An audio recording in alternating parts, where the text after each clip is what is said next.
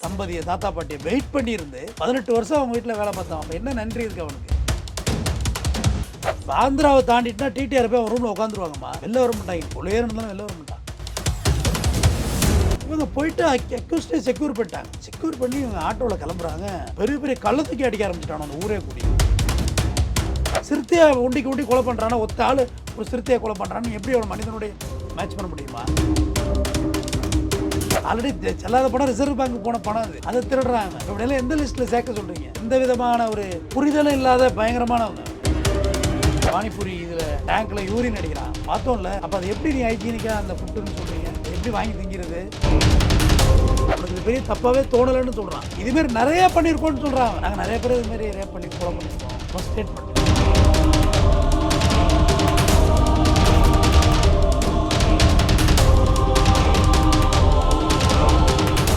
தமிழ்நாடுங்கிறது உண்மையிலே சொல்கிறேன், நம்ம நாட்டு மக்களை வச்சு நீங்கள் மற்றவங்கள எடை போட்டுறாதீங்க. ரொம்ப ஆபத்து. தமிழ்நாட்டு மக்கள் ரொம்ப நல்லவர்கள். என்னுடைய மக்கள்ங்கிறதுக்காக நான் சொல்லவே இல்லை. தமிழ்நாட்டுக்கு வந்தாலே அவன் நல்லவனாக மாறுவான். இப்போ நீங்கள் நிறையா தெலுங்கு பீப்புள்ஸ் இங்கே இருக்காங்க, கன்னட பீப்புள்ஸ் கூட இங்கே இருக்காங்க, மலையாளிஸ் நிறையா இங்கே டீ கடை வச்சுருக்காங்க. அவங்க யாரும் இங்கே அஃபென்ஸ் பண்ணவே மாட்டாங்க. எனக்கு தெரிஞ்சு தெலுங்குக்காரவங்களாம் இங்கே கடைகள் வைக்கிறாங்க. மலையாளி டீ கடை கம்பல்சரி வைக்கிறாங்க. ஈவன் வட மாநிலத்திலேருந்து வந்தவங்க ஜெயின்ஸ் பூரா இங்கே தமிழ்நாட்டை ஏறக்குறைய ஆக்கிரமித்து நகைக்கடை வட்டி தொழில் பண்ணுவாங்க. ஜெயின்ஸ் அவங்க அஃபென்ஸ் பண்ண மாட்டாங்க, டெஃபரெண்ட்டாக பண்ண மாட்டாங்க. அது எனக்கு தெரியும். வட மாநிலத்தவர் பிற மாநிலத்தவர்னால் எல்லாரையும் நம்ம அந்த குற்றச்சாட்டுக்குள்ளே அந்த வளையத்துக்குள்ளே நான் கொண்டு போக விரும்பலை. ஏன்னா இந்தியாங்கிறது ஒரு யூனியன் பிரதேசம், ஒரு ஒத்தமித்த நாடு. ஒத்தமித்த அரசியலமைப்பு சட்டத்தை ஏற்றுக்கொண்டு நம்ம வாழ்கிறோம். இப்போ இந்த நாட்டுக்கு நீ வரக்கூடாதுன்னு நம்ம சொல்லவே முடியாது. இப்போ பாம்பேயில் தாராவிங்கிற ஒரு மிகப்பெரிய பிளேஸ் தமிழர்களோட கையில் இருக்குது. டெல்லியில் ஒரு சில இடங்கள் தமிழர்களோட கையில் இருக்குது. கல்கத்தாவில் தமிழர், இந்தியா பூரா இருக்கான் தமிழன், உலகம் பூரா இருக்கான் தமிழன். இப்போ அமெரிக்காவில் போய் கமலாகாரியை ஜெயிச்சிட்டாங்கன்னு இங்கே வெடிக்கிறோம். என்ன எதுன்னே தெரியல. அவங்க ஆனால் பூர்வீக கூட இந்திய தமிழர் அப்படிங்கிறது நமக்கு ஒரு மகிழ்ச்சியை தருது. மலேசியாவில் தமிழ் மொழியாக இருக்குது, சிங்கப்பூரில் தமிழ் ஆட்சி மொழியாக இருக்குது. அது மாதிரி தான் நம்ம மற்ற மாநிலத்தவங்களையும் பார்க்குறோம். அவங்கள நம்ம விரோதியாவோ எதிரியாவோ பார்க்கல. அவங்களோட வறுமைக்கு இங்கே வேலையாக வருவதே நான் ஒருபோதும் எதுக்கலை. இன்றைக்கி வர்ற கன்ஸ்ட்ரக்ஷன் ஒர்க்கு ஃபுல்லாக அவங்க வேலை பார்க்குறாங்க. அவன் அந்த காசை மிச்சப்படுத்தி நம்ம ஆளுக்கு காலைல 10 மணிக்கு டாஸ்மார்க் வாசலில் ஃப்ரெண்டு கிடக்கிறான், பிளாக்கில் வாங்கி குடிச்சிட்டு. அவன் 10 மணிக்கு 12வது மாடியில் நின்று பெயிண்ட் அடிச்சிக்கிட்டு இருக்கான். அவனுடைய உழைப்பை நான் குறை சொல்லலை. அதுமாரி நம்ம ஆளுகளும் எல்லாரையும் நம்ம குறை சொல்லலை. உழைக்கிறான். நிறைய நம்மளுடைய லேகான டைமில் அவன் உள்ளே வந்துட்டான், என்ட்ரி ஆகிட்டான். நம்மளோட கம்பி சம்பளத்துக்கு வேலை பார்க்குறான். நம்மளால் இங்கே இப்போ மலேசியாவில் பார்த்திங்கன்னா அந்த நாட்டு பிரஜை பார்த்திங்கன்னா கொடுக்குற சம்பளத்தை விட நமக்கு கம்பி சம்பளம் கொடுப்பாங்க. அவனுக்கு 70 வெள்ளி கொடுக்குறாங்க சம்பளம்னா நமக்கு 40 வெள்ளி கொடுப்பாங்க. ஆனால் நம்ம 40 வெள்ளிக்கு வேலை பார்க்க ரெடியாக இருப்போம். அப்போ அந்த நாட்டு பிரஜைக்கு நம்ம மேலே கோவம் தானே வர்றது இயல்பு தானே. ஆனால் அவன் ஓப்பி அடிப்பான். யார்? மலாய்க்காரன் ஓப்பி அடிப்பான். வேலை செய்யாமல் ஏமாற்றிக்கிட்டு சுற்றிக்கிட்டு மிரட்டிக்கிட்டு நம்மளை இந்த மாதிரி வேலை பார்த்துட்டு இருப்பான். ஆனால் நம்ம போய் மாடு மாதிரி வேலை செய்வோம். அதுட்டு இன்னொரு மாநிலத்திலேருந்து இங்கே வேலைக்கு வருவதை தவறு என்றோ அவன் வரக்கூடாது என்றோ எனக்கு எந்த இடத்துலையும் என்னோடய நிலைப்பாடு இல்லை. அதில் வேலைக்கு வந்தவன் யார், வியாபாரி யார், அக்யூஸ்டு யார், இதை அரசு கண்காணிக்கணுங்கிறது தான் என்னோடய நெடுநாள் கோரிக்கை. அது இடையில் தனிப்படையில் அமைச்சாங்க. நான் ஒரு வழக்கு கொண்டு போய் கொடுத்தேன். அதில் 8 தனிப்படை அமைச்சாங்க. அதில் என்ன ப்ரையாரிட்டி கொடுத்துருந்தேன்னா சென்ட்ரல் பெரம்பூர் 2 ரயில், பெரம்பூர் பெரிய ஸ்டேஷன், சென்ட்ரல் பெரம்பூர், அதை விட்டு திருவள்ளூர், அம்பத்தூர் திருவள்ளூர் 4 ஸ்டேஷனை டைட் பண்ணி போலீஸ் வாட்ச் பண்ணணும். 4 ஸ்டேஷனில் இறங்குறவங்களுடைய வடநாட்டிலேருந்து வர ட்ரெயின், லோக்கல் ட்ரெயினை போய் நீங்கள் டைட் பண்ண வேண்டியதில்லை. வடநாட்டிலேருந்து வர ட்ரெயினை இறக்கி அவங்களுடைய ஆதார் கார்டை வாங்கி அவங்கள ரொம்ப ஜெனியூனாக நீங்கள் டீல் பண்ணணுங்கிறது என்னுடைய இது. ஏன்னா எல்லோரும் சக மனுஷன். நீ அவனை அந்த ஆட்டு வந்த மாதிரி உட்காரு எந்திரிலாம் சொல்ல வேண்டியதில்லை. சக மனுஷனை அழைத்து அவனுடைய ஆதார் கார்டை வாங்கி அவன் எந்த மாநிலத்திலும் வந்திருக்கான். இப்போ மோஸ்ட் ஆஃப் ஆல் நார்த் இந்தியனா எல்லாரும் அக்யூஸ் கிடையாதுமா. ராஜஸ்தானில் குறிப்பிட்ட பிரிவினர், பிகாரி கம்பல்சரி அக்யூஸ் தான். அதில் ஒன்றும் மாற்றுக்கிறது கிடையாது. வடகிழக்கு மாகாணங்கள்லேருந்து வர்றவங்க அக்யூஸ்டாக இருக்க மாட்டாங்க. பெண்கள் தான் இங்கே வருவாங்க, ஸ்பாக்கில் வேலை செய்வாங்க. நேபாளத்துலேருந்து வர்றவங்க எல்லாம் பார்த்தீங்கன்னா கூர்கரலாக இருப்பான், வாட்ச்மேன் வேலை பார்த்துட்டு இருப்பான். அவனும் மயிலாப்பூரில் கொலை செஞ்சுட்டான். இந்த தாத்தா பாட்டியை, அமெரிக்க தாத்தா பாட்டியை வெயிட் பண்ணியிருந்து 18 வருஷம் அவங்க வீட்டில் வேலை பார்த்தான். அப்போ என்ன நன்றி இருக்குது அவனுக்கு? ஆமாம், மனித ஜென்மத்திலேயே சேர்க்க முடியாது இல்லையா? வெயிட் பண்ணியிருந்து வீடை திறந்த பிறகு அடித்து கொலை பண்ணி அவங்க பண்ண வீட்டிலே புதைச்சி அவங்க வீட்டில் நகை பணத்தை எடுத்துக்கிட்டு அவங்க வீட்டு காரை எடுத்துகிட்டு போகிறான். ஆனால் நம்ம போலீஸ் 16 மணி நேரத்தில் அவனை தூக்கிட்டாங்கன்னு வச்சுக்கோங்க. நேபாள எல்லைக்கு கூட விடலை. இப்போ இருக்கிற டிஎம்கே கவர்மெண்ட்டில் தான் பிடிச்சாங்க அவனை. ஸோ போலீஸ் இந்த அளவுக்கு விரைந்து செயல்படுதுன்னா அக்யூஸ்ட் அவன் ரொம்ப அக்ரெசிவானவங்க. அவங்கள நம்ம மானிட்டரேஷன் பண்ணணும். இப்போ எல்லாரும் நல்லவங்க இல்லை, எல்லாரும் கெட்டவங்க இல்லை. அதில் மானிட்டர் பண்ணணும். இப்போ எப்படின்னா ஆந்திராவுக்கு மரம் வெட்ட போனான். இப்போ திருவண்ணாமலை மாவட்டங்கள், ஜவ்வாது மலை, ஜமுனாமுதிரை, நான் அதுக்கு நேரடியாக கலா ஆய்வில் இருந்தேன். நான் அதில் வழக்கே இருக்கேன் மேலே. ட்ரெயினை மறிச்சது ஆந்திராவில் போய் மரம் தானடா வெட்ட வந்தான், கூலி இவன் தானடா, கூலி இவன் தான், தப்பு தான். செம்மரம் வெட்டுறது தப்பு தான். நான் அந்த அந்த ஃபேச்சுவல் இல்லாமல் நான் சொல்லலை, தப்பு தான். கூலி இவன் தானே, இவனை வெட்ட வச்சவன் யார்? இவனுக்கு ஒரு புரோக்கர் வந்து அழைச்சிட்டு வந்திருப்பான்ல. திருவண்ணாமலையிலேருந்து டேரெக்டாக ஆந்திராவுக்கு என்ன இது என்ன எந்த டெலிகிராம் மூலயமா வந்து சேர்ந்தா? அந்த புரோக்கர் யார்? இந்த செம்மரம் வெட்டி எங்கே கொண்டு போகுது? அது ஒரு கேள்வி இருக்கா இல்லையா? 20 பேரை அழைச்சாந்து வச்சு வரிசையாக காக்கா குருவி சுடுற மாதிரி சுட்டுட்டு பக்கத்தில் மரத்தள்ளி போட்டுட்டு, அவன் ஒரு கத்தி மாரி தான் அவன். அவனோட கத்தி அது வெட்டினது தவறு, அது நான் நியாயப்படுத்தலை. ஆனால் அது யார்? அந்த மரம் எங்கே போச்சு? வீரப்பன் காட்டில் இப்போ வெளியிட்டாங்க அவருடைய 4.5 hour அவருடைய இது வெளியிட்டாங்க. இது வெப் சீரிஸ் நக்கீரனில் எல்லாமே வீரப்பன் பேசியது நிறைய இருக்குது. அதில் நான் வெட்டியது வெறும் 11 மாதங்கள் தான் நான் மரம் வெட்டினேன்னு சொல்கிறாரு. ஆனால் 11 மாதங்களில் காடே அழிஞ்சு போயிருக்கு, சந்தன காடே அழிஞ்சு போயிருக்கு. 11 மாதம் தான் வெட்டினாங்கிறாரு. அப்போ அந்த 11 மாதங்கள் அவர்கிட்ட கட்டை வாங்கிட்டு போனது யார்? அவரே என்ன எடுத்து பல்லு வளைக்கிட்டாரா, இல்லை அவரை எடுத்து நெருப்பு வச்சு கொளுத்திட்டாரா மரத்தை வெட்டி?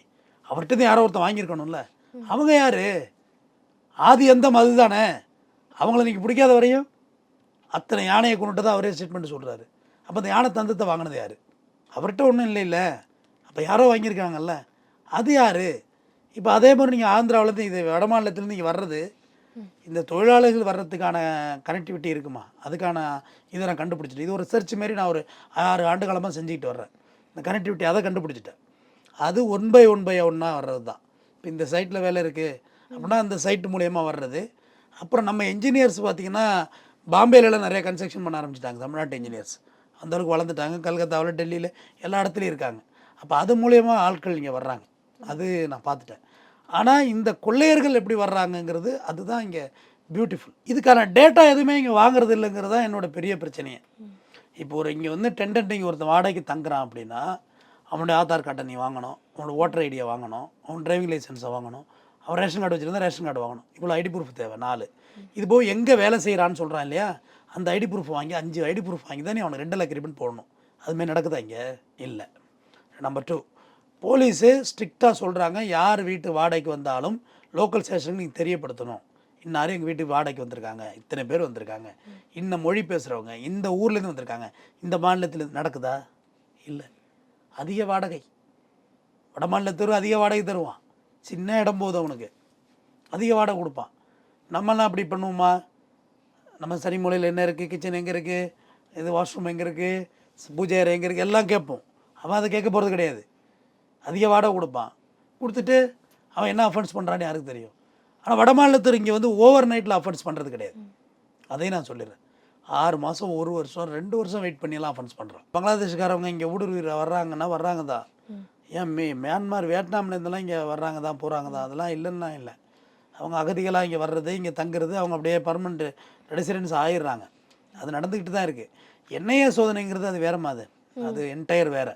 இந்த கொள்ளையர்களுக்கும் அவங்களுக்கும் சம்மந்தம் இல்லை. என்ஐஏங்கிறது வேறு டிபார்ட்மெண்ட்டு, அது ஏஜென்சி, என்ன நேஷனல் இன்டெலிஜென்ட் ஏஜென்சி. அது அவங்க வேறு. அது தீவிரவாத தடுப்பு இதில் வந்துடுவாங்க. அவங்களுடைய ஃபார்மேட்டே வேறு.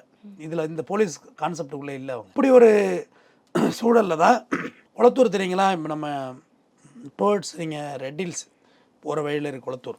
அதில் வந்து ரெட் ஏரி அங்கே மீன் மார்க்கெட்லாம் இருக்கும். லெஃப்ட்டு திரும்பினோடனே இருக்குது அந்த ஜுவல்லரி, மகாலட்சுமி ஜுவல்லர்ஸ்னு. ரொம்ப பெரிய கடையில் இல்லை, ஒரு அளவில் 10க்கு 10 அந்த மாதிரி இருக்கும். மேலே ரூம்ஸ். அவன் சொந்தக்காரன் தான் மேலே வந்து பழைய இரும்பு கடை வைக்கிறான், பேப்பர் கடை. ஆக்சுவலாக அவன் வந்து பேப்பர் கடை வைக்கல, அவன் வந்தது இங்கே ஒரு பெரிய ஒரு திட்டத்தோடு வர்றான். இங்கே இவனும் கீழே ஜுவல்லரி கடை வச்சுருக்கான்.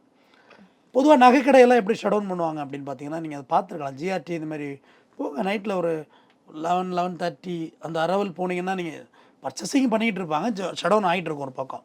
அவங்க நகை கடையில் என்ன செய்வாங்கன்னா, எல்லா நகையும் அள்ளி வச்சு எத்தனை நகை விற்றுருக்கு, உடனேலாம் வீட்டுக்கு போயிட முடியாது மேனேஜர்ஸ். எத்தனை நகை விற்றுருக்கு, எத்தனை ட்ரேலேருந்து எத்தனை குறைஞ்சிருக்கு, எல்லாத்தையும் கணக்கெடுத்து டேலி பண்ணி கம்ப்யூட்டரில் ஏற்ற மணி 1 ஆகிடும். ஏற்றி உள்ளே வச்சு ஒரு எலக்ட்ரிக் ஷாக் ரூம் இருக்கும், அதில் உள்ளே தள்ளி ஷட் டவுன் பண்ணிடுவாங்க கடையை.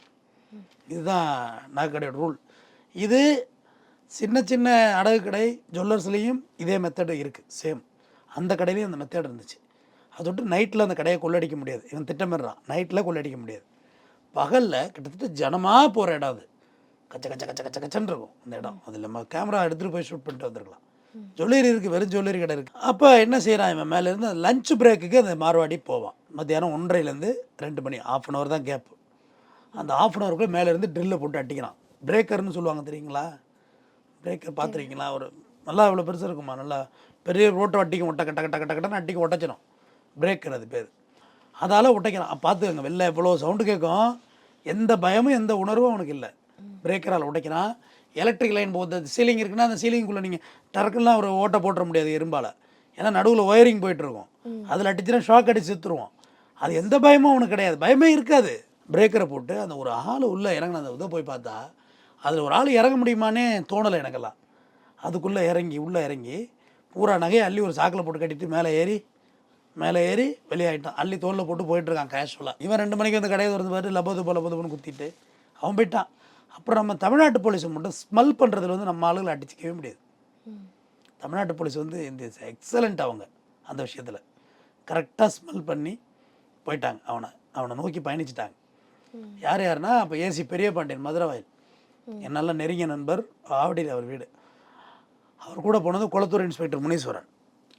2 பேரும் போகிறாங்க, ஸ்பெஷல் டீம். பெரிய Pandian is a clever AC. நம்ம சாதாரணமாக அவரை நினச்சிட முடியாது. இன்றைக்கி இருந்தால் சர்வீஸில் இருந்திருப்பார்.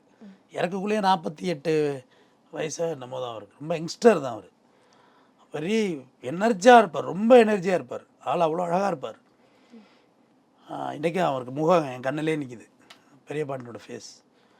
போகிறாங்க, போய் அங்கே லோக்கல் போலீஸை கூப்பிட்றாங்க. நம்ம நாடு மாரிலாம் கோஆப்ரேட் பண்ண மாட்டாங்க நார்த் இந்தியன். நாங்களாம் இல்லை, நீ பார்த்துக்கப்பா, நாங்களாம் அவங்கள்ட்ட வர முடியாது அப்படின்னு. அது ஒரு சினிமா கூட வந்துச்சுமா, தீரன் அதிகாரம்னு ஒரு படம் வந்து. ஏறக்குறைய அது ஆல்மோஸ்ட் ஓரளவு ரியாலிட்டி இருந்துச்சு. அதில் ஒரு பேருக்கு போலீஸ் ஸ்டேஷன் இருக்குது. நம்ம நாட்டு பேரெல்லாம் எங்கேயுமே நினச்சிடாதீங்க. ட்ரெயினில் ஏறி ஒரே ஒரு மட்டும் டெல்லி வரைக்கும் போயிட்டு வாங்க. அன்ரிசர்வ்டு ரிசர்வ்டு எதில் வேணும் போங்க. அவனுக்கு அதெல்லாம் தெரியாது. நீ ரிசர்வேஷன் கோச்சு அந்த இதெல்லாம் தெரியாது. சில ஸ்டேஷனில் டோரே சாத்திக்க சொல்கிறாங்க, டிடிஆரே சொல்கிறாங்க. இப்போ ஆந்திராவை தாண்டிட்டுனா டிடிஆர் போய் அவன் ரூமில் உட்காந்துருவாங்கம்மா, வெளில வர மாட்டாங்க. கொள்ளையே இருந்தாலும் வெளில வர மாட்டான். அவங்களா இறங்கி எல்லா ஸ்டேஷனும் போய் சேஃபர் சைடு ஆன பிறகு தான் கீழே வருவாங்க. வந்து ஒன்றும் செய்ய முடியாது. டிக்கெட் எடுக்கல கேட்டால் தள்ளி விட்ருவாங்க கீழே. குஜராத், பீகார்லாம் அவ்வளோ பின்தங்கிய அறிவு உள்ளவங்க, தள்ளி விட்ருவான். இது எங்கள் ட்ரெயின், எங்கள் முதலமைச்சர் ட்ரெயின்பான். கேட்டிங்கன்னா அவன் புரியாது, அந்த சென்ஸ் வேலை செய்யாது. படிப்புலையும் பின்தங்கியிருக்காங்க, சமூக பண்பு அவங்கள்ட்ட கிடையாது. நம்மளை போன்று எல்லோரும் நினச்சிடாங்க. தமிழ்நாட்டில் மிரட்டுறாங்களே டிடிஆர்லாம் நம்மளை. எவனோ ஒருத்தர் ஆத்திர அவசரத்தில் ஏறி இருப்பான், பாவத்துக்கு பரிதாபத்துக்கு. அவங்கள அந்த பாடுபடுத்துகிறாங்களே. ஒரு ரயில்வே ரோடை கிராஸ் பண்ணிட்டா ரயில்வே போலீஸ் உங்களை தூக்கி கொண்டு வச்சு என்ன டார்ச்சர் பண்ணுறான். நீங்கள் எவ்வளோ பெரிய பதவியில் இருந்தாலும் சென்ட்ரல் கவர்மெண்ட்டு போலீஸ் அப்படின்றானே. அங்கே அதெல்லாம் அங்கே அது பப்பெல்லாம் அங்கே வேவாது, அங்கே கதையே வேறு. இவங்க 2 பேர் போகிறாங்க, லோக்கல் போலீஸ் கோஆப்ரேட் பண்ணல. இவங்க என்ன நினச்சிட்டாங்க, நம்ம ஊர் மாரி நினச்சிட்டாங்க. நம்ம ஊரில் டக்குன்னு இந்த ஜென்ஸாக இருந்தால் இந்த பேண்ட்டுடைய அந்த இது இருக்குல்ல, அந்த பெல்ட்டு போடுறோம்ல, அந்த அதில் விரல விடுவாங்க, இந்த ஒரு பெல்ட்டோடு சேர்த்து அப்படியே பிடிச்சி. நீங்கள் அது ஒரு மாதிரியான ஸ்டைல், அது நீங்கள் மூவே ஆக முடியாது. அப்படியே கொண்டு போவாங்க. கூட்டத்துக்குள்ளே உங்களை அழைச்சிட்டு போகிறதே தெரியாது, தரன்னு எடுத்துகிட்டு போயிடுவாங்க. நீங்கள் அது கூடயே தான் நடக்க ஆரம்பிப்பீங்க. அவ்வளோ பலமாகவும் இருப்பாங்க. அப்படி நம்மளை அக்யூஸ் ஹேண்டில் பண்ணணும். டக்குன்னு கையை திருக்கி ஆட்டோவில் ஏற்றிடுவாங்க. நம்ம பயந்து ஏறிடுவோம், போலீஸ்னால் பயப்படுவோம், அது இயல்பு. ஆனால் இவங்க அதேமாதிரி நினச்சி உள்ளே பூந்துட்டாங்க. உள்ளே பூந்தால் நம்மளுடைய சிறைச்சாலையோட மதில் சுவர் அளவுக்கு அவனுடைய வீடுகள் கட்டப்பட்டிருக்கிறது. பளிங்கி கற்களாலே இழைக்கப்பட்டிருக்கு. ஊராவுட்டு காசு தானே, ஏன் இழைக்க முடியாது? நம்ம செய்ய மாட்டோம். யாராவது கொஞ்சம் ஒரு 500 கோடி கொடுத்து ஒரு வீடு கட்டுப்பானா நம்ம பளிங்கியில் இழைக்க மாட்டோமா என்ன? கஷ்டப்பட்டு கட்டினா தான் வழி தெரியும். கஷ்டப்படாமல் கட்டுறது எளிமையாக கட்டுறது தானே. இவங்க போயிட்டு அக்யூஸ்டே செக்யூர் பண்ணிட்டாங்க. நாத்துராமன் பேர், அவனை செக்யூர் பண்ணிட்டாங்க. செக்யூர் பண்ணி இவங்க ஆட்டோவில் கிளம்புறாங்க. பெரிய பெரிய கள்ளத்துக்கே அடிக்க ஆரம்பிச்சிட்டானோ அந்த ஊரே கூடி. எதிர்பார்க்கல இவங்க. நைட் நேரம் பெரிய பாண்டியன் அக்யூஸ் அந்த கும்பல்கிட்ட மாட்டிட்டார். முனீஸ்வரர் அதுலேருந்து ஒரு 400 மீட்டர் இல்லை 500 மீட்டர் இல்லை ஒரு 150 மீட்டர் தள்ளி வந்துடுறார். ஒடியாந்து வேறு வழியே இல்லை, கன் எடுத்து ஃபயர் பண்ணுறார். ஃபயர் பண்ணதில் பெரிய பாண்டி இறந்துடுறார். பெரிய பாண்டி மேலே ஃபயரிங் ஆகிட்டது. ஆக்சுவலாக இவர் ஃபயர் பண்ணலனாலும் அவர் இறந்து தான் இருப்பார். இருட்டு, பதட்டமாக இருக்கும்ல. ஆனால் ஒரு காவல் ஆய்வாளருக்கு பதட்டம் இருந்திருக்கக்கூடாது. எத்தனை பயிற்சியில் நீ கன் ஃபயரிங்கோட தான், அவ்வளோ பயிற்சியில் தானே உங்களுக்கு கன்று கொடுத்துருக்காங்க. ஆலமத்தி சுட்டதை எப்படி நியாயம்னு ஒத்துக்க முடியும்? அதை ஒத்துக்க முடியாது. ஆனால் வேறு வழி இல்லை. இருந்த போதிலுமே பெரிய பாண்டியன் இறந்து தான் இருப்பார். அந்த கும்பலை அவரை கடிச்சு தப்சம் பண்ணியிருப்பாங்க, பிச்சு பிச்சு எறிஞ்சிருவானுங்க. ஃபயர் பண்ணோன்னே பெரிய பண்ணி இறந்துடுறாரு, கும்பலோட போட்டு ஓடிடுறானுங்க. அதுக்கப்புறம் கொஞ்ச நாட்கள் பவாரியா கும்பல் தான் சுட்டுட்டாங்கங்கிற மாதிரி ஒரு வாரம் போணுச்சு. ஆனால் முனீஸ்வரன் ஆனஸ்ட்டாக பேட்டி கொடுத்துட்டாரு, நான் என்னோட ஃபயரிங் தான் அது, அப்படி இல்லைன்னாலுமே கண்டுபிடிச்சிருவாங்கன்னு வச்சுக்கோங்க. புல்லட் இருக்குது, புல்லட்டை பார்த்தா தெரிய போகுது எந்த கென்னோட புல்லட்டுன்னு, போலீஸ் புல்லட்டு தனியாக தெரியும். அப்புறம் நான் தான்ட்டார் இவராகவே. அப்புறம் இன்னும் போலீஸ் சின்ன பணியிடை நீக்கம் அவரை செஞ்சு மறுபடியும் சேர்த்துக்கிட்டாங்க. ஏன்னா நெக்லிஜென்ஸ் நடந்தது, இது ஒன்றும் ஒரு திட்டமிடுதலோடு இவர் சுடலை, வேறு ஒன்று சஸ்பெண்ட் பண்ணி மறுபடியும் சேர்த்துட்டாங்க. அப்புறம் மறுபடியும் தான் அப்புறம் பெரிய லெவலில் தனிப்பட போய் அக்யூஸ்லாம் தூக்கி அந்த ரெக்கவரி பண்ணி நகையெல்லாம் ரெக்கவரி பண்ணி பெரிய பெரிய ப்ராஜெக்ட் நடந்துச்சு. இது அது பெரிய பாண்டியனோட மரணம் தான் எனக்கு அதில் தான் வருத்தமாச்சு. அதில் தான் நான் ட்ரிகர் ஆனது. திருடு போனது ஓ நகை, திருடினது ஓன் சொந்தக்காரன், நீ கொண்டாந்து மேலே பிஸ்னஸ்க்கு வைக்கிறான், அவன் திருடுறான். சாவுறது மட்டும் எங்கள் போலீஸ் போய் சாப்பிடுமா? எங்கள் போலீஸ் எங்களுக்காக சாவலாம், எங்கள் மக்களை காவல் பண்ணுறது சாவலாம், நீ திருடு கொடுத்தது சாப்பிடுமா? எனக்கு அந்த வருத்தம் அப்போ ஏற்பட்டுச்சு. அவங்க குடும்பத்தை போய் பார்த்தேன். 1 கோடி ரூபா கொடுத்தாங்க கவர்மெண்ட்லேருந்து, ஹாட் கேஷ்லேருந்து இறந்தாங்க. அப்போ தான் அறிவிச்சாங்க 1 கோடி. 1 கோடி 1000 பணம் இருக்கட்டுமா, அந்த குழந்தைக்கு ஒரு அப்பா இருக்குமா, அவங்க மனைவிக்கு ஒரு கணவன் இருப்பான், அந்த பணமாக இருக்குமா? அது ஜெய்பீமில் கூட அந்த அந்த அந்த டைலாக் எனக்கு ரொம்ப பாதித்த படம். ஜெய்பீமில் சொல்லுவான், அந்த அவன் கூப்பிட்டு பேசுவான், பணம்லாம் வாங்கிக்க, ஒன்றும் கேஸ் நடத்தி எங்களை நடத்தி ஒன்றும் பண்ணிட முடியாது அப்படின்னு அந்த ஹையர் அஃபீஷியல் சொல்லுவான். அந்த ராசாக்கண்ணோட மனைவி சொல்லுவான் அந்த வார்த்தையை. நாளைக்கு என் புள்ள பெருசாகி கேட்கும், அப்பா எங்கன்னு, உன் அப்பனை போலீஸ் எல்லாம் சேர்ந்து கொண்டுட்டானுங்க, காசு கொடுத்தாங்கனுங்க, அந்த காசில் தான் நம்மளாம் வாழ்ந்தோன்னு சொன்னால் அது பதிலாகிடுமா அப்படின்னு கேட்கும். நல்லாயிருக்கும். அந்த சொன்ன விஷயம் எனக்கு ட்ரிகர் ஆச்சு, வேறு ஒன்றும் இல்லை. அதுமாரி பணம் இருக்கும், அதுக்காக ஒரு அப்பா இருந்துட முடியுமா, ஒரு கணவனாக இருக்க முடியுமா? அந்த பணம் இருக்காது, இல்லை இருக்காது. அதனால் அதில் தான் எனக்கு அது மேலே வருத்தம் வந்துச்சு. மனிதத்தன்மையாக இல்லாமல் ஒரு அக்யூஸ்டாக அரெஸ்ட் பண்ணுறாங்க, சரி அவங்களோட போகிறது தானே ஒரு இயல்பான ஒரு விஷயமா இருக்க முடியும். அவங்கள அட்டாக் பண்ணுறதுங்கிறது எந்த வகையில் நியாயம்? அது சரியான விஷயம் இல்லை. அதே சேம் கும்மிடிப்பூண்டி எம்எல்ஏவை அப்படி தான் கொண்டாங்க. இந்த கும்மிடிப்பூண்டி எம்எல்ஏ, சிட்டிங் எம்எல்ஏ, அவர் என்ன பண்ணுறாருன்னா, அவர் பெரிய வீடு, அவனை கார்னர் பண்ணுறதுலாம் அப்படி தான். முதல்ல பெரிய பங்களா டைப் வீடு, வாட்ச்மேன் நாய் எது இருந்தாலும் அவனுக்கு பயம் இருக்காது. அதெல்லாம் நாயெல்லாம் ஒரு திருக்கு கராசிடுவானுங்க, ஒரு திருக்கு தான் நாயெல்லாம். அப்படியே நீங்கள் எவ்வளோ ஹைட்டில் நாய் வளர்த்து வச்சுருந்தானே, ஒட்டகம் பெருசு. எங்கள் வீட்டு நாய் ஜெர்மன் ஷெப்பர்டு, எங்கள் வீட்டு நாய் ராட்டு வில்லர், என்ன வேணுமனையும் வளர்த்து வை, புளியே வளர்த்து வை. புளியோ சிறுத்தையாக கொண்டுட்டாமா ஒருத்தன் நீலகிரியில், ஊட்டியில், ஒரே ஒரு ராடை வச்சு பவாரியா கொள்ளையர்கள் அவன் பாரு எங்கே போய் தங்கியிருக்கான் பாரு அவன். அப்போ அங்கே ஏதோ ஒரு எய்ம் இருக்குது ஒருத்தானே பார்த்து எஸ்டேட்டில் வேலை பார்த்துட்டு இருந்திருக்கான்.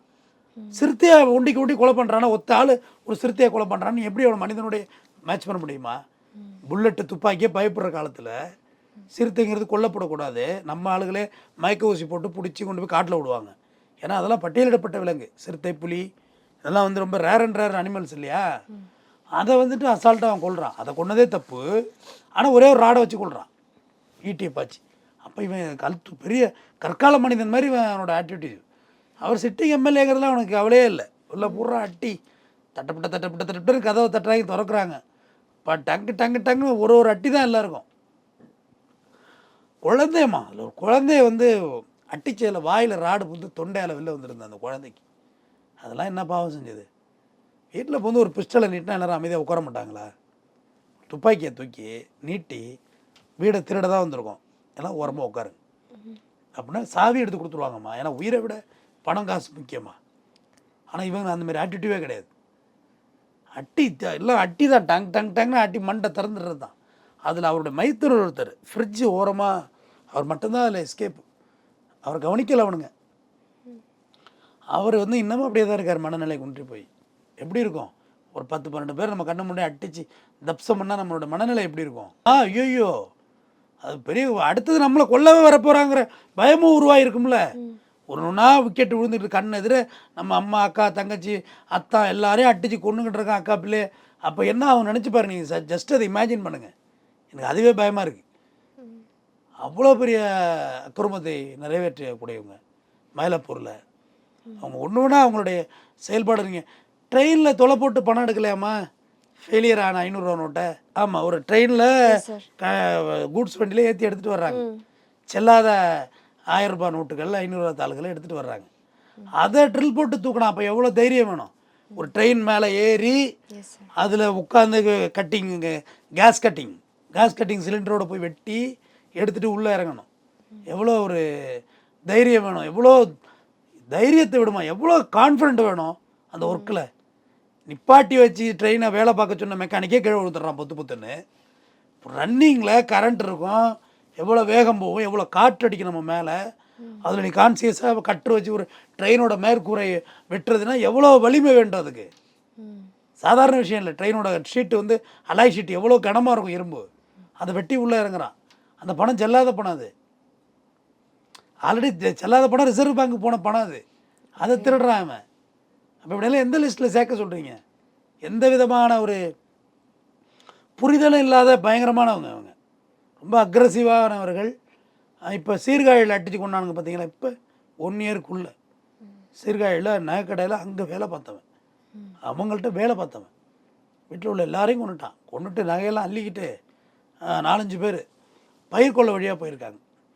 ஒரு ஒரு ஒரு ஏரியாவுக்கு புதுமையாக இருந்தால் கிராமத்தில் வந்து ரொம்ப கவனிப்பாங்க. கிராமத்தில் யாருப்பா என்ன ஏது அப்படின்னு கவனிப்பாங்க. கவனிக்கக்குள்ளே இவங்க முன்னுக்கு பின் முரணாக பேசி அடிக்க ஆரம்பிச்சிட்டானோ. அப்புறம் ஊர் மக்கள் வளைச்சி பிடிச்சி நகையெல்லாம் மீட்டாச்சு. ஆனால் இறந்து மாண்டு போனவர்கள் தான். அதுதான் எனக்கு பெரிய வருத்தம். அவங்க இன்னொரு கடை வந்து கும்பகோணத்தில் வந்து இந்த பிவிசி பைப்பு ஹார்ட்வேர்ட்ஸ்ன்னு சொல்லுவாங்க, என்னென்ன எல்லாம் வீட்டோட கேட்லாக், இந்த லாக்கு டோரு இதெல்லாம் வைப்ப கடை. அந்த கடையில் இருந்தவன் அவன் கரெக்டாக காயினை வந்து அவங்க எல்லாமே வேறு இடத்துல இருப்பாங்கம்மா. நல்லா தெரிஞ்சுக்கோ, அவங்க எல்லாம் ஒரு இடத்துல இருக்க மாட்டாங்க. ஒருத்தர் இங்கே இருப்பான், ஒருத்தர் பெரம்பலூரில் இருப்பான், ஒருத்தர் அரியலூரில் இருப்பான், ஒருத்தர் சென்னையில் இருப்பான். அவனுக்கு எந்த ஓனர்கிட்ட அதிக காசு இருக்குங்கிறத அவனுக்குள்ள டிஸ்கஷன் இருக்கும். கரெக்டாக யாரை அட்டாக் பண்ண போகிறோமோ அலைன் ஆவான். சீர்காழிங்கிறது அலைன் ஆனது, எல்லாமே அங்கே உள்ளவும் கிடையாது, எல்லாம் அலைன் ஆனது. ஒவ்வொரு நைட்டில் அலைன் ஆகி கரெக்டாக உள்ளே பூந்து அட்டாக்கு தான். அதாவது உள்ளே பூந்து பேச்சுவார்த்தை நடத்த போனால் தான் நம்ம 4-5 பேரை கூட்டிகிட்டு போகணும். அட்டாக்கு தான், ஸ்ட்ரெயிட்டாக அட்டாக்கு தான், அடி தான், ராடு அடி தான், வேறு எதுவும் இல்லை. யூஸ் பண்ணுற வெஃபன்ஸ் ராடு தான், இரும்பு ராடு, அயன் ராடு, அடுத்து அடி மண்டு ஒரு அடியில் ஒருத்தர் பழைக்க மாட்டான். இதுதான் சினிமாவா 100 அடி அடித்து எழுமி நின்று சண்டை போடுறதுக்கு? ரியல் லைஃப்பில் முடியாது. இது மாதிரி அவங்களுக்கு மேலே அதுலேருந்து தான் எனக்கு அவங்க மேலே வந்து வெறுப்பு கிடையாது, இது எனக்கு ரொம்ப பயத்தை தந்துச்சு. இவ்வளோ ஒரு மோசமான நபர்களோட எப்படி பயணிக்க முடியும்? அதோட தான் எல்லோரும் வடக்கன்ஸ் இப்போ டோட்டலாக வடக்கன்ஸ்னு ஆகிப்போச்சு. தப்புனாக்க இங்கே வந்து நடக்கிறது சரியாக நடக்குதா? பானிபூரியை எவ்வளோ கேவலமாக கொடுக்குறாங்க, வலைவழியில் பார்க்குறோம்ல, வலைதளங்களில் பார்க்குறோம்ல, அது தயாரிக்கிற இடத்தையும் காமிக்கிறான். எச்சி துப்புது ஒரு பொம்பளை, அதில் ஒரு பானிபூரி இதில் டேங்க்கில் யூரின் அடிக்கிறான், பார்த்தோம்ல வீடியோக்கள். அது ஒரு குழந்தை மாடியிலேருந்து யதார்த்தமாக வீடியோ எடுத்துகிட்டு இருந்திருக்கு. இவன் சுற்றி மாதிரி யூரின் அடிக்கிறான். அதில் சின்ன குழந்தை சும்மா சுற்றி எடுத்துகிட்டு இருந்ததில் மாட்டுது இந்த வீடியோ. அப்போ அது எப்படி நீ ஹைஜீனிக்காக அந்த ஃபுட்டுன்னு சொல்கிறீங்க? அது எப்படி வாங்கி திங்கிறது? ஏன்னா இது அவனுக்கு நாகரிகம், இது அவனுக்கு பண்பாடு. வடநாட்டில் ஒரு பாஜகவை சார்ந்தவங்க கூட ஒரு மலைவாழ் மக்கள் மீது சிறுநீர் கழிச்சார் போதையில், அந்த வீடியோக்குள்ள நம்ம பார்த்துருக்கோம். இது அவங்களுக்கு இயல்பாக தெரியும், நமக்கு அது எப்படி இயல்பாக தெரியும்? நமக்கு இதெல்லாம் ரொம்ப ஜீரணிக்க முடியாத விஷயம் இல்லை. அதான் அவங்க பெருசாக எடுத்துக்கிறது இல்லை. நீ பாம்பேலாம் போய் பாருங்கள், பாம்பே ஒரு வாட்டி போய்ட்டு வாங்க. சும்மா அந்த கையால் ரொட்டி தட்டு, 2 கையால் தட்டுவான், ஒரு இதை போடுவான், அதுக்கு ஒரு வெங்காயத்தை கொடுப்பான், கடிச்சு தின்ட்டு போயிட்டுருக்க வேண்டியதான் நீ பாட்டுக்கு. அவ்வளோதான் அங்கே டீசன்சி இருக்கும். இந்த ஹைஜீனிக்கெல்லாம் அங்கே எதிர்பார்க்க முடியாது. நார்த்து போக ஹைஜீனிக் குறையுமா? நார்த்து போக சில குறிப்பிட்ட மாநிலங்கள் நான் சொல்ல விரும்பலை, அந்த ட்ரெயின் கிராஸ் ஆகும். நீங்கள் பெரம்பூர்லேயோ இல்லை வேறு அந்த ஏரியாவில் நின்று பாருங்கள். ஏற்கனவே அந்த ஏரியாவில் பயங்கரமாக நாட்டம் அடிக்கும், அந்த ஜீவா ரயில்வே ஸ்டேஷன் ஏரியாக்களில். அதை தாண்டி இந்த ட்ரெயின் கிராஸ் ஆகக்குள்ள வாடடிக்கும். ஏன்னா இந்த மனிதர்களுடைய குளியல், அவங்களுடைய சுத்தபத்தம்லாம் அவ்வளோதான் இருக்கும். அவங்களோட குணாதிசயம் அதுமாரி தான். கந்தையானாலும் கசக்கி கட்டுங்கிறது நம்மளுடைய பண்பு. கூழானாலும் குளித்து குடி, கூழுதான் இருந்தாலும் குளிச்சுட்டு சாப்பிடு அப்படின்னு நம்ம அவ்வளோ மெயின்டைன் பண்ணுற நம்ம. பட் அவங்கள்ட்ட அவ்வளோ மெயின்டைன்லாம் இருக்காது. அவங்கள்ட்ட வடக்க போக ரொம்ப மோசம். டிஃப்ரெண்ட்டாக மெஜாரிட்டி எப்படி இருக்காங்க, அவங்களுக்கு இது பெரிய குற்றமாகவே தெரியுது இல்லையா? டெல்லி நிர்பயா பஸ்ஸில் ரேப் அண்ட் மர்டர் நடந்துச்சு இல்லையா? அப்போ அவன் என்ன சொல்கிறான் கோர்ட்டில் ஸ்டேட்மெண்ட்டு, இது பேர் நாங்கள் நிறையா பண்ணியிருக்கோம், எங்களுக்கு இது குற்றம்னே தெரியல அப்படி தான் சொன்னான். அவனோட ஸ்டேட்மெண்ட் அதுதானம்மா. அக்யூஸ்டோட ஸ்டேட்மெண்ட் கன்ஃபர்ஷனாக எடுப்பாங்க, தமிழில் ஒப்புதல் வாக்குமூலம். அதில் அவன் ஸ்டேட்மெண்ட்டே அதான் சொல்கிறான், இதுமாரி நாங்கள் நிறையா பண்ணியிருக்கோம், எங்கள் தெருவே அப்படி தான், எங்கள் சேனலே அப்படி தான் இருக்கும், வந்து பாருங்கள். அவங்க அம்மாவை பச்சாரி, அவங்க ப்ராஸ்டியூட்டு, அதெல்லாம் அவங்க இயல்பான கலாச்சாரங்கன்றான். அவனுக்கு இது பெரிய தப்பாகவே தோணலைன்னு சொல்கிறான். இதுமாரி நிறையா பண்ணியிருக்கோன்னு சொல்கிறான் அவன். அவனுக்கு யார் என்னெல்லாம் தெரியல. நாங்கள் நிறைய பேர் இதுமாரி ரேப் பண்ணி கொலை பண்ணியிருக்கோம். அவன் ஸ்டேட்மெண்ட்டு. அவங்க இது ஒரு பெரிய குற்றமாகவே எடுத்துக்கலையே அதை. ஒரு பொண்ணை ரேப் பண்ணி அதோட பிறப்புறுப்பில் ஒரு பெரிய ராடு எடுத்து விட்டு எவ்வளோ கொடூரமாக அதை அட்டாக் பண்ணி சிங்கப்பூர் ஒரு நிர்பயாங்கிறதோட ஒரிஜினல் பேர் கிடையாது. நிஜ பேர் எனக்கும் தெரியும், உங்களுக்கும் தெரியும், அது வேண்டியதில்லை. சிங்கப்பூர் வரையும் போய் அந்த பெண் இறக்குது. அப்போ இதை எப்படி இதை பார்க்குறீங்க? இந்த இந்த கோணத்தை எப்படி பார்க்குறீங்க? இந்த மாதிரி ஏதாவது ஒரு கொடூரமான ரேப்பு தமிழ்நாட்டில் சொல்லுங்கள், நீங்கள் செஞ்சாங்கன்னு சொல்லுங்கள், பேசுவோம்.